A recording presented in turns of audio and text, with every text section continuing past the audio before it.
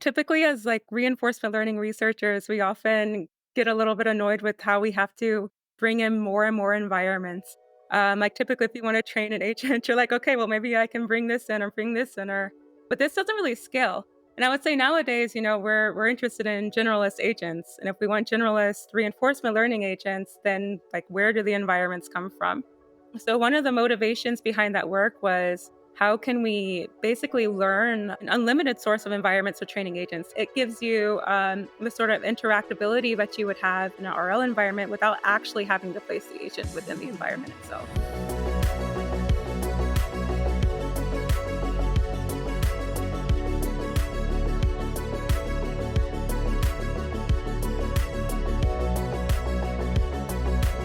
All right, everyone. Welcome to another episode of the TWIML AI podcast. I am your host, Sam Charrington. Today, I'm joined by Ashley Edwards. Ashley is currently a member of technical staff at Runway ML, which she joined just a few weeks ago after several years at Google DeepMind. Before we get going, be sure to take a moment to hit that subscribe button wherever you're listening to today's show. Ashley, welcome to the podcast. Hi, thank you. It's nice to be here. I'm excited for our conversation. We are going to dig into your work in video generation and the Genie environment in particular. But generally, I'm really excited to have you on the show. We've been following one another and interacting on Twitter for quite a while, and I'm kind of amazed that we've not spoken yet on the podcast. So Yeah, I definitely know. welcome. Yes, thanks for having me. Absolutely, absolutely. Let's get started by having you share a little bit about your background. Yeah. So as you mentioned, I'm currently at Runway. I was at DeepMind before that. Before that, I was at Uber. But in general, my research has been in doing reinforcement learning from videos. And more recently, I've sort of shifted into how we can actually do video generation itself.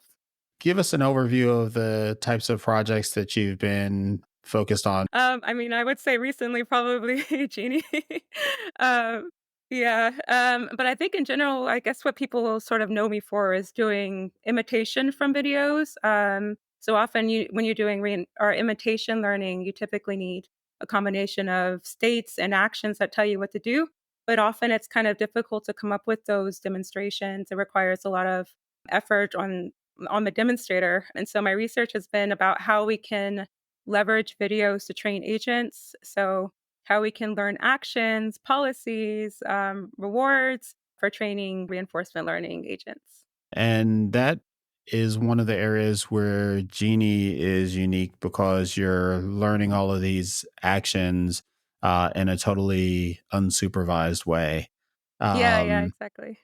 so why don't you share, broadly, Genie and kind of the motivation for that work? So, as I mentioned, my background is in reinforcement learning. I've been working in that area for quite some time. I think typically, as like reinforcement learning researchers, we often get a little bit annoyed with how we have to bring in more and more environments. Like typically, if you want to train an agent, you're like, okay, well, maybe I can bring this in or bring this in, but this doesn't really scale. And I would say nowadays, we're interested in generalist agents, and if we want generalist reinforcement learning agents, then like where do the environments come from? So one of the motivations behind that work was how can we basically learn an unlimited source of environments for training agents, so we can at least remove that sort of aspect of reinforcement learning where we're having to come up with the environments, unless you're doing robotics, I guess, where you have the environment itself. But yeah, I think in general, it gives you the sort of interactability that you would have in an RL environment without actually having to place the agent within the environment itself. And so, what's the data source that you're learning these environments from? In the paper, we basically use two different kinds of sources of data. The main one would be videos of 2D platformer games. In reinforcement learning, we love training over games. So we kind of looked into that sort of environment. So a very diverse data set with lots of different actions and different agents moving around and that sort of thing. And then the other one we have is like a robotics data set coming from, I think it was like RT1, QTOP that we extracted the observations without actions from that environment and trained as well, just to show that we can also use this approach on real world environments as well. And talk a little bit about the end result that you've created with Genie. What does it allow you to do?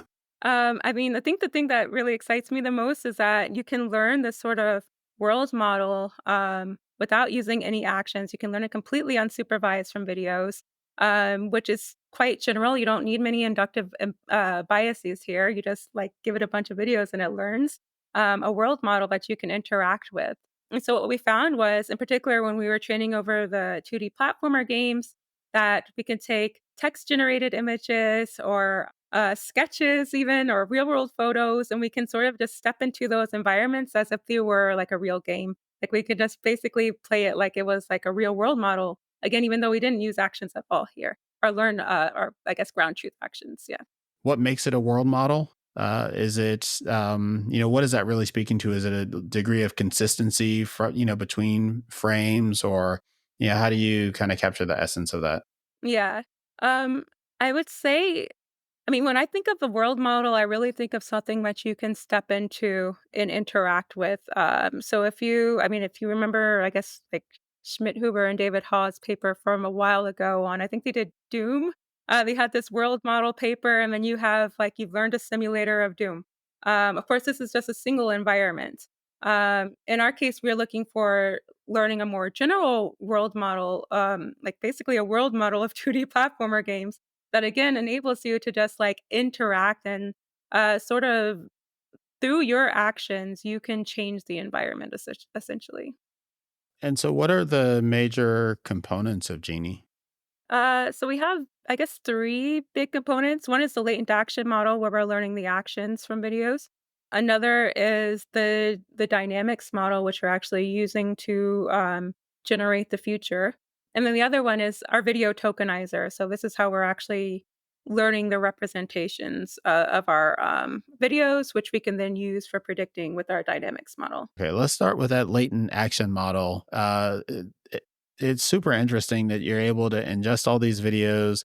The videos have, I guess, generally, I guess sometimes you see on YouTube videos like the, Twitch streamers and the like will have like these labels that pop up that say like either what direction they've pressed on their joystick or, keypad or whatever, or keyboard for that matter. But I didn't get the impression that most of your videos had that and you were somehow leveraging that kind of information. It was more just playthrough videos. Is that right?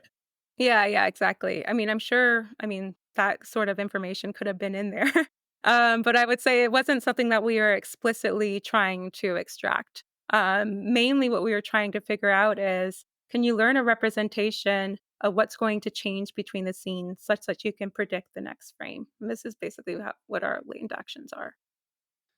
Are there a set of assumptions that you've made about actions, meaning like, that there's going to be, an up, down, left, right kind of thing, and that's your action vocabulary, or is it, more open ended than that and kind of fully learned end to end? Like, I think one thing I would say is we try to restrict the action space so that we can actually interact with it. So we're basically representing our actions in a using a discrete code book using vector quantization. So one, we assume that we had a small set of actions, which is definitely not the case, but it just made it easier for us to interact with the models. The other thing that we sort of assumed was that there was a sort of common action space across the different environments that we were training on. And this was going to allow us to learn this sort of general representation. Because we are learning all over all of these environments, we wanted to learn what was common. So there must be different agents that are going to move to the left or move to the right or jump. And we wanted to learn the representation that captured that. are these three components, the latent action model, the video tokenizer, the dynamics model, are they each trained independently and then come together in the final system, or are they trained in concert with one another? Yeah, yeah, good question. So we train the tokenizer first, and then we train the latent action model and the dynamics model at the same time, although we're not using that dynamics model for training the latent actions. So we could actually also train the latent action model separately and then use it for the dynamics model, but we just train those two at the same time. I saw reference in the paper to spatiotemporal transformers. Mm. Tell us what that is and how it plays into Genie. Essentially, what we need to do is we need a representation of our images. So what we do is we represent them through patches, again using vector quantization. And so each image is represented by a patch essentially. So you have a sequence of images, which is your video. If we are going to try to plug in each of those patches into our transformer and basically have attention over all of those different patches, we would end up, it would be very computationally intractable. And so what we end up doing is instead also we incorporate time. That's a temporal part. So the spatial part is the image patches, and the temporal part is time. But instead of having each patch attend to each patch in the video, what we can do is instead take a single patch and attend to it across time. So instead of having this like quadratic blow up in resources, what we instead have is like this linear scaling across time. That makes me think of a couple of conversations that I've had recently. One, very recently, I think we just published this interview with Albert Gu talking about state space models. And one of the main things that we talked about was how tokenizing for video and other kind of more native modalities, non-language modalities, like introduces artifacts that somehow make training models more complex and Mhm. make the use of attention more inefficient.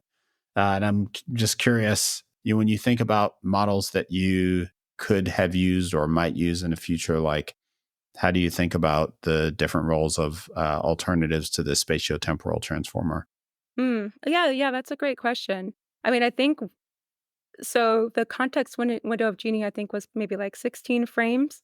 So if Okay. we wanted to like roll out or once we start looking into more longer generations, I think it might make sense to actually look into these more efficient approaches like they do in these state space models. One thing that I find, like, it's interesting that we sort of have to put our images into these patches just so that we can have tokens for the transformer to predict. It feels very, I mean, it works. I think it works well. But I do think that there's probably other ways that we can represent images. I mean, also you have diffusion, which you can do over latent space rather than having to use to predict over patches necessarily. So I think in general, when we built this model, we were looking at, okay, this is a thing that's probably going to work. This is a thing that's probably going to work. And we put those things together. But now I think there's probably different ways that we can improve upon each of the different components that we had in the model in terms of making it more efficient. And so, how did you structure the training of the latent action model so that those actions were kind of pulled out of the training data? Let's start with just imagine we have 2 frames. So say you have 2 frames. What you want to do is learn a representation, but you're going to compress such that if you take that representation in your previous frame, you can predict the next frame. So the latent action model gets to see both the past and the future, but we compress it in such a way that you can't actually extract the information about the state itself. You really just have to try to extract the change that occurs between states such that you can use it for predicting the future. So the way we compress it is we place it through a bottleneck and then we put it through this VQ module, which says we have like 10 codes and we're trying to basically make our representations be close to those codes that we're also learning at the same time. And are those 10 codes the size of your action space? Like you can represent 10 possible actions? Yeah, exactly. Yep. Okay. Yeah. Okay. One other thing that I forgot to mention is that, well, I talked about it in terms of 2 frames, but you can actually use all of your previous frames up to that point and then use that as your context for your latent action model. But we only see a single next frame for it. hmm And what are some examples of actions beyond up, down, left, right, jump that are common enough across games that that would fill out the rest of this 10? Yeah, I mean, I think one thing that we saw was that it would learn different, I guess, velocities for the character. So it wouldn't just be like move left. It would be like move left quickly, move left, with this amount of speed. Also, we there was like explosions and score change, lighting. Yeah, some of them Okay. actually learned to like change the score, which was quite cool. When it's changing the score, is the model essentially just changing pixels, or is that Yeah. something else. Yeah. Okay. Yeah, Okay. I think well, when I say score, probably more like health meter. Like if something gets hit, then you see like its health go down essentially. Which was yeah, so that's it's all in pixel space, so yeah. Yeah. Yeah. So you train this model, you've got this latent action model, and then you are generating a video. Is there anything that, or you're generating an environment? Is there anything that maps the action model to that particular environment, or is it, always, code 4 is up, code 3 is, fast left, whatever? Yeah, great question. Surprisingly, it does learn this sort of consistent mapping across different inputs. So, yeah, latent action 0 might always mean move to the left, move right might always be latent action 4. We didn't do anything to actually ground the action space in this, but I think it's just through the fact that the model needs to learn this representation in order to predict the future, and it's easier for it to learn it across, learn the same thing across different environments. Did you have any benchmarks that you're able to compare this latent action model to, or how did you think about and measure its performance? The thing with interactive models, it's really hard to measure things like, controllability, but you can measure things like video quality. So we're using, like, metrics like, FVD, for example, to measure how good the videos are. We looked at a couple of different, representations compared to using a spatiotemporal transformer. So one of them was, like, the CVivid architecture, which was used in Finaki. In general, we found that because they don't do this, like, spatial temporal trick where you only, like, attend to one token over time, they actually Hmm. you have to attend over multiple frames, so, it was quite compute, intensive. But that was, like, I think the main method we like, architecture, I think we compared to. In general, we were just, like, trying out different things in terms of how we scale, our batch size and model size and how that had an impact on things. The latent action model as well. I think we had some experiments. I'm probably gonna have to look back at the paper to remember exactly what they were. In terms of the video tokenizer and the approach to patching, how custom does that need to be for, a particular problem? Like, is video, uh, like, I guess maybe another way to ask the question is like, why is that a major component? Okay, yeah. So I would say one thing is that it enables us to predict tokens with the dynamics model. And because we were doing video generation, if we are predicting pixels themselves, then we would end up getting blurry generations. So we would probably wouldn't want to use a convolutional neural network in this case. But because we put it into patches, we can predict like a discrete patch. So we use a vector quantization of that. So we can predict a discrete patch, which we can then plug in the decoder, to reconstruct the image rather than having to predict the image itself. So that let us get sharp predictions, from the model.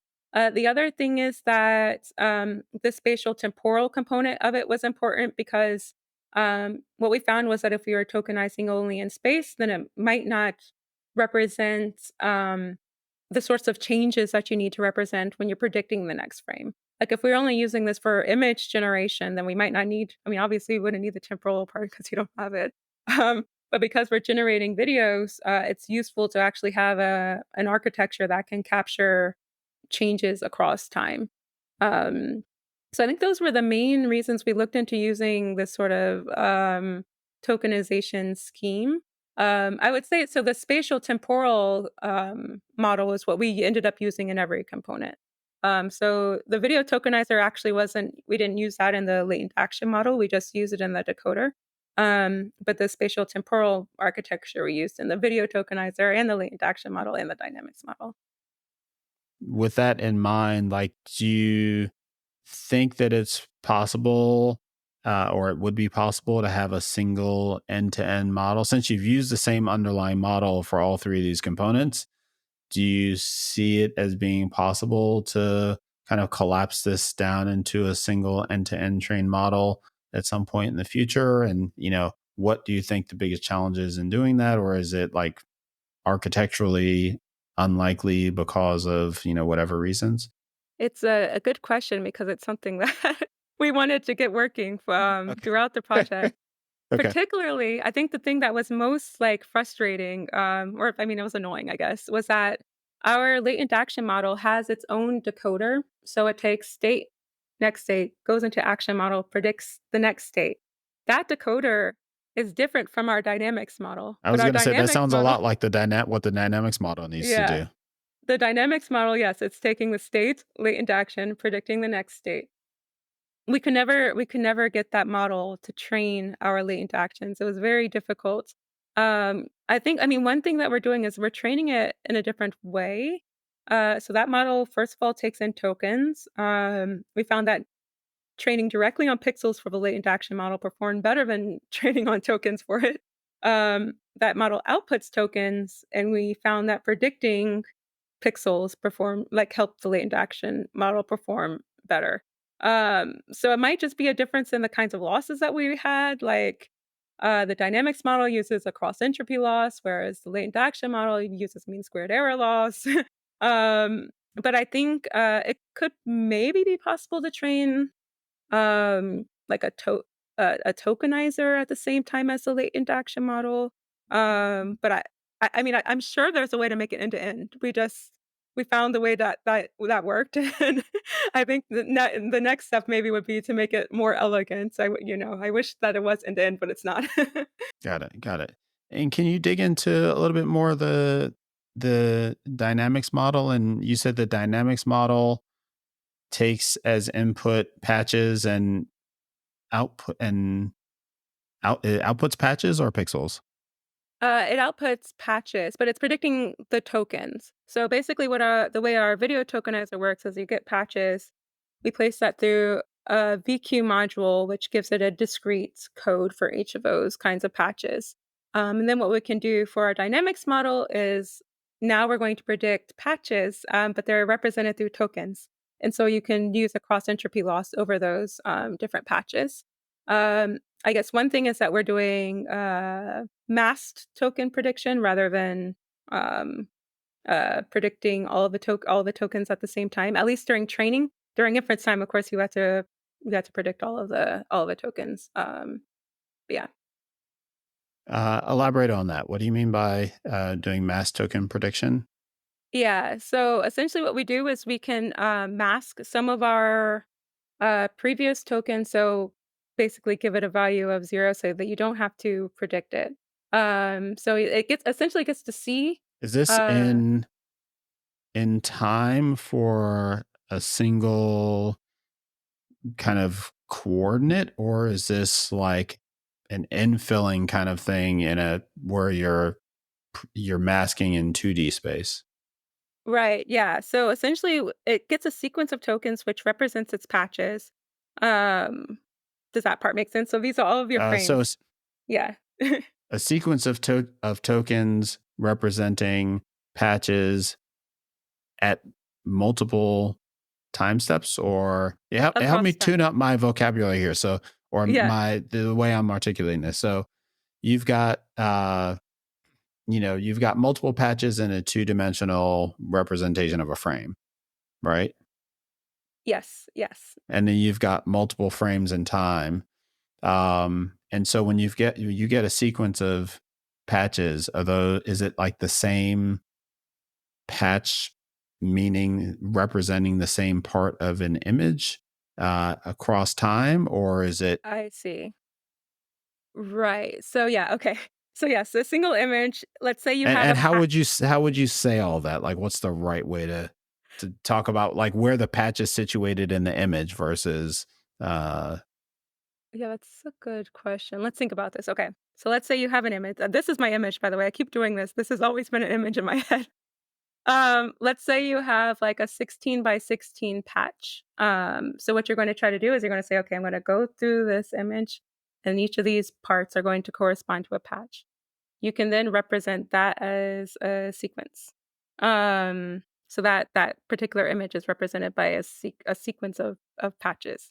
So we have the I mentioned we have the spatial part and the temporal part. So the spatial part gets to see, the spatial transformer is just attending to across patches in a single image, and the temporal part attends to a particular patch across time, but it's only attending to that single patch, that same patch Got over it. time.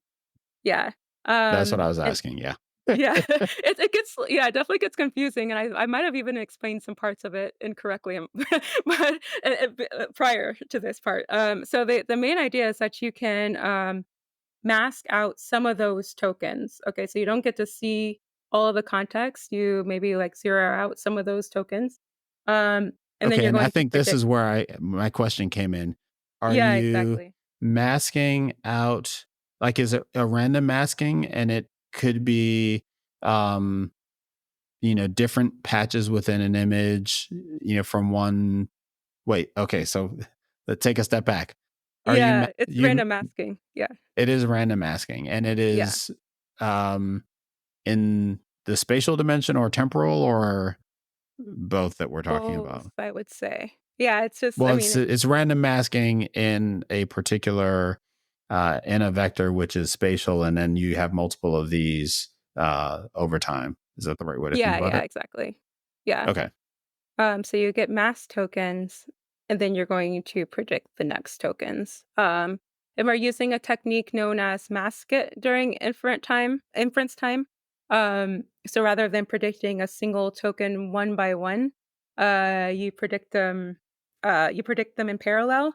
So you have your my image again. You unmask some tokens.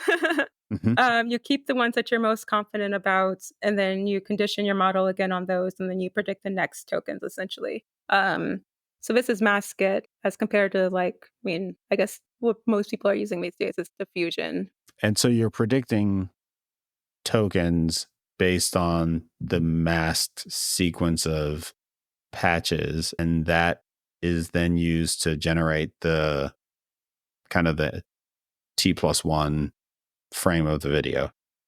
Right. Yeah, exactly. So you can take those tokens, plug them into your decoder from the tokenizer that we were training before. That will generate your image. So we're predicting the tokens, not the image itself, and then we can reconstruct it. I'm curious about the the computational complexity of all this. And I guess the thought that preceded that in my head was like, did you publish code for this? Like, can someone pull up a notebook and just do it? And then the question was like, what does that even mean? Like, how much compute was required to do this?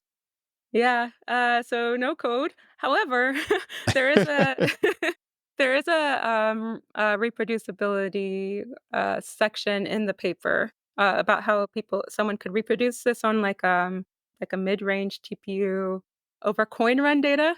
So coin run is like a reinforcement learning environment. So we give instructions for how to, yeah, reproduce it in that setting. We haven't, open sourced anything, but there have been people who have released code, so, yeah, I encourage folks to check that out.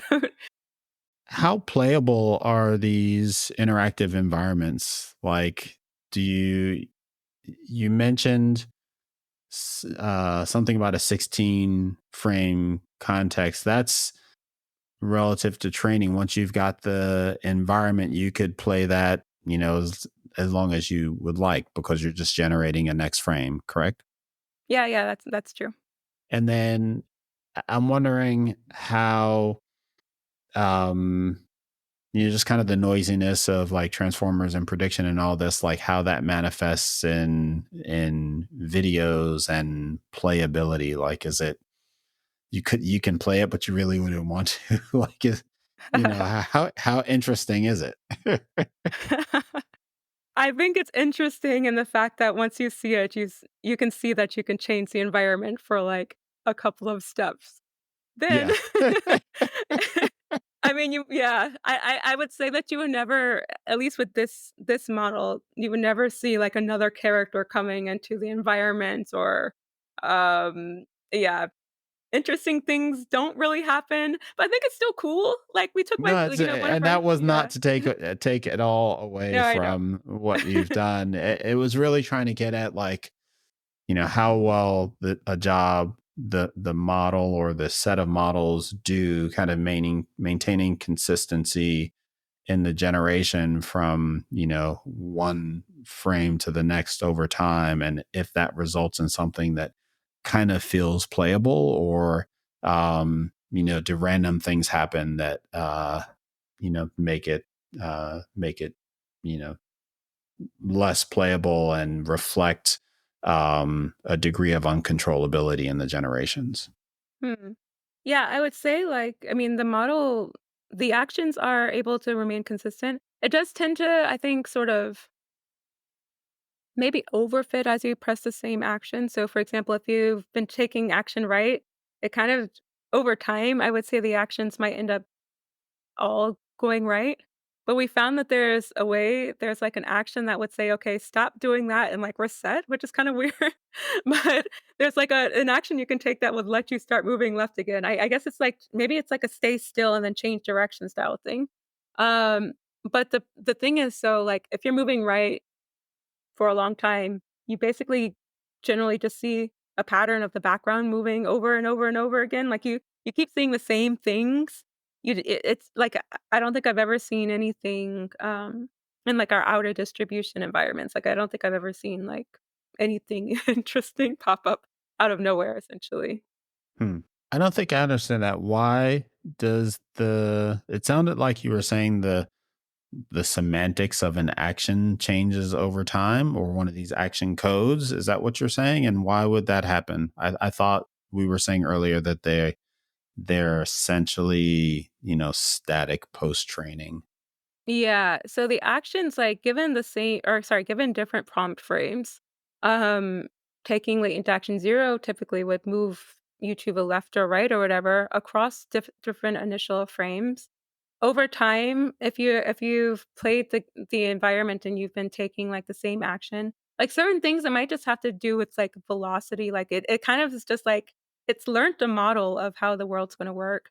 So if you're going up and you're continuing to go up, it's very difficult, for example, to start going down or, like, take the action that's going to go down because the model has predicted and it's, I would say, model of maybe the physics of the world, that you can't suddenly start going down. So it might be the same thing, like, if you've been pressing the right action, like, it doesn't matter, like, the latent action predictions get completely ignored because it knows that it's very rare that you would suddenly maybe start moving left. So it might just be it's 2 things. One, it could be just ignoring because of the physics of the world. One, it could be ignoring because of the policies that it's trained with. Maybe people typically don't suddenly go left when they've been going right for a while. That still doesn't make sense to me. And so there's something Hmm.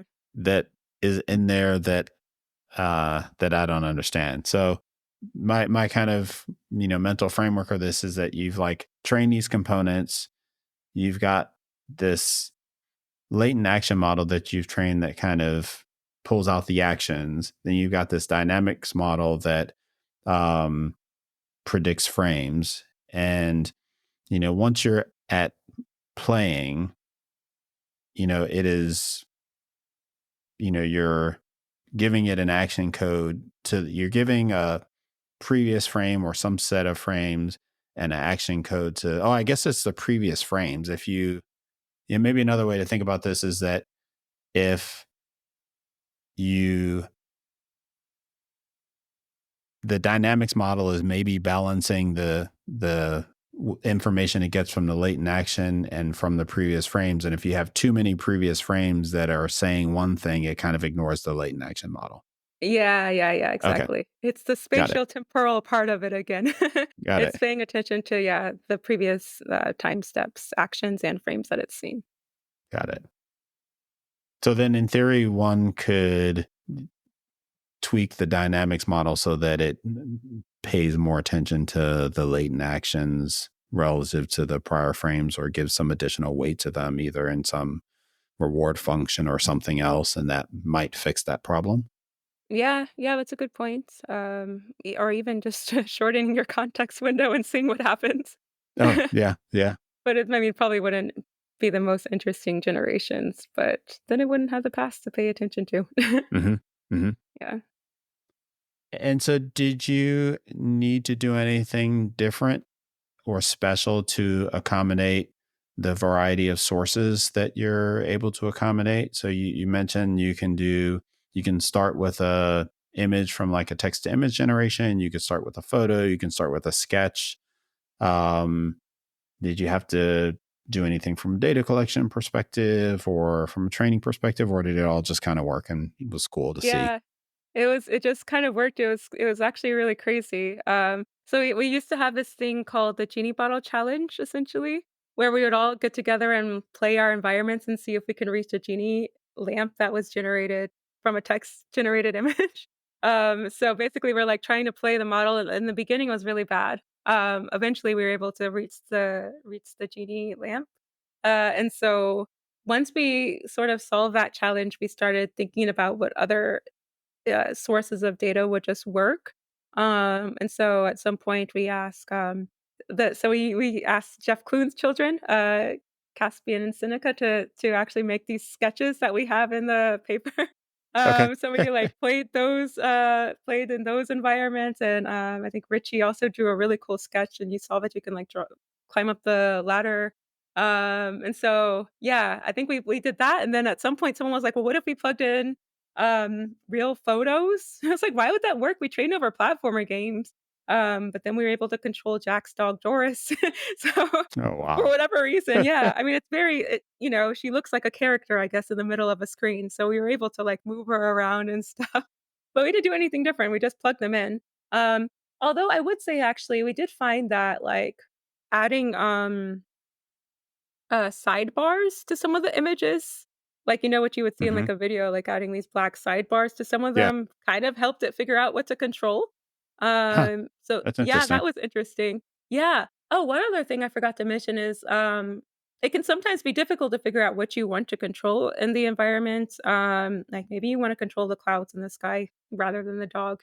But if you take an action that controls the right thing, then all of the actions start controlling the right thing, which is interesting because initially, they might be controlling different parts of the scene, but as soon as you take an action that's controlling the thing you want to control, all of a sudden they start controlling it too, if that makes sense. It does. I think going back to our previous conversation about the relationship between the actions and the prior frames to the dynamics model. So if you somehow choose an action that happens to result in controlling a cloud, then the dynamics model will see that in the kind of the frame history and kind of key in on that. Mm. Is that the Yeah, that's idea? a good point. Yeah, yeah, exactly. Yeah, actually, if you plug in a video, it's much easier to control given part of that like, if you've given it some video, you can figure out what to control if you do it. So, yes, that's basically it. What do you mean plug in a video? Is that an input mode in addition to static images? You can also give it some frames of, I guess I don't see why not if you're just kind of feeding Yeah. into the dynamics model. Yeah, exactly. I mean, essentially what you have to do is infer the actions still. So you take a frame, you've inferred all the actions, you roll that out into the model, and then you can predict the next frame given that context. Yeah, I don't think we actually put any results in the paper about this, but it was something that we saw. Yeah. Hmm.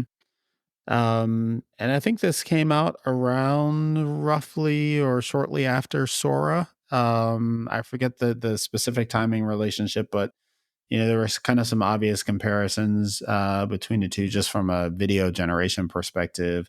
But the last comment you made about kind of providing an input, um, a video as input, as opposed to static image, I think maybe accentuates the comparison and suggests that this could be like a playable, Sora. I don't know why that's any different than what we've been talking about thus far, but I think it kind of maybe suggests that maybe the distinction is like, with Sora and Gen 3 for Runway and these other video generation models, like they're beyond platformer games, and like the idea that like you can do those things and also like have control over you know actors in these videos is kind of really interesting. Mhm. Yeah, no, I agree. I think it would be cool. I mean, yeah, you can take any of these video generation techniques and then plug them into the model, I would say. I mean, if you've trained on that sort of data. It wouldn't work on the 2D platformer one. I mean, we controlled the dog, but I doubt it would work on 3D. But yeah, I think it's a good point. We can sort of build upon these things and, or I guess, leverage them to get the kind of controllability that you wouldn't necessarily get initially from the model. But now you have like a nice generated scenes that you can then take over. Hmm. Hmm. Interesting. So beyond the idea that now you've got these interactive environments for reinforcement learning researchers, like what are the broader implications of Genie, do you think? When we started, we were definitely interested in using it for reinforcement learning. I think over time we realized it was fun to actually interact with it. I mean, this is why we started looking into sketches and people's drawings. I think using it as like a tool in classrooms, like when we put out the paper, we got people reached out to us from like places that I wouldn't have expected. So like teachers interested in using this sort of model for their students, people who had data, like video only data, and they were trying to learn simulations of that data, that they can use maybe also as teaching tools, for people in the industry, just as something fun for creatives to work with. I think there's many different kinds of, yeah, areas that it could be used for. And what do you think are the biggest gaps in terms of, if you wanted to use this to make actually playable games, like, do you see that as how far do you see is like this the right thing to do for that, or is that, or not really, or, and B, like, how far do you think that is, and see, like, what are the biggest, holes or gaps, or how would you approach that?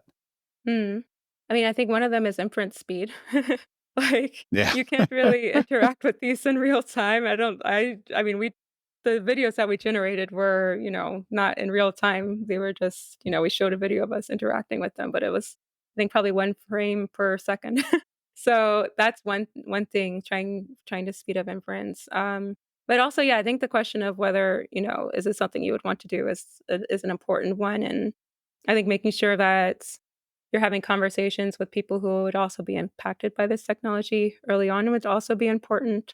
Um, but yeah, it's a good question. I mean, Genie was I wouldn't play it as a game at this point in time, but it is fun.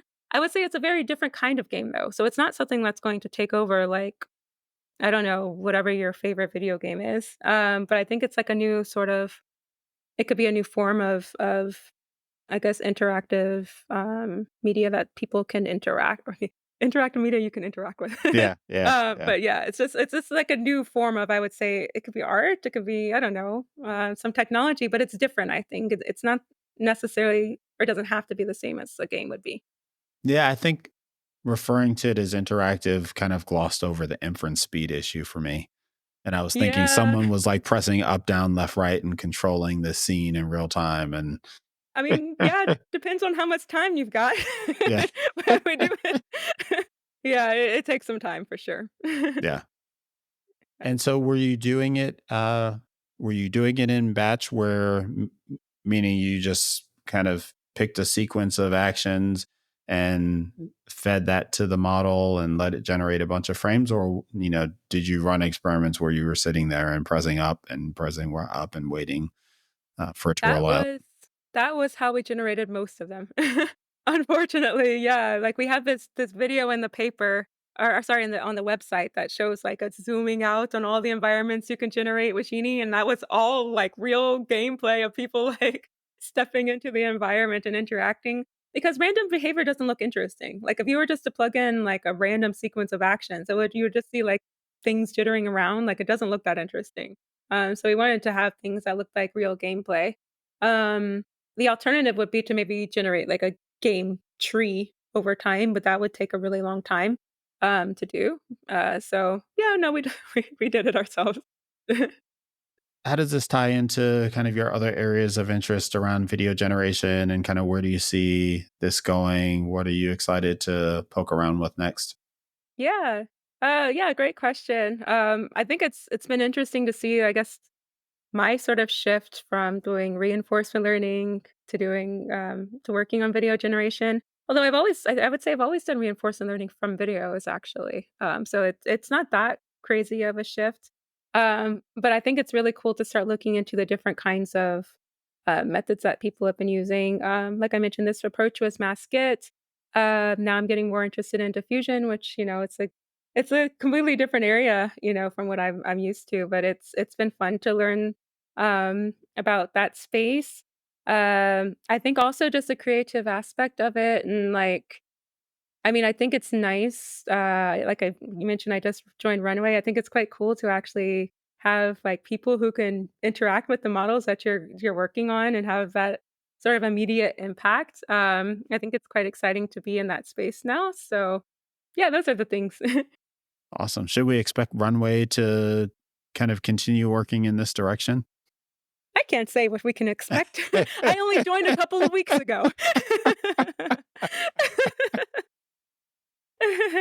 We did just they released it like the week that I joined. They released this like Gen Gen 3 model, 3? which was Hmm. yeah, it was really, really, really cool to see. A very fun time to join. So yeah, I would encourage people to try that one out. Awesome. Yep. Awesome. Well, Ashley, thanks so much for jumping on and sharing a bit about Genie and what you've been working on. Thank you as well. It's been really fun to chat. Absolutely. Thank you.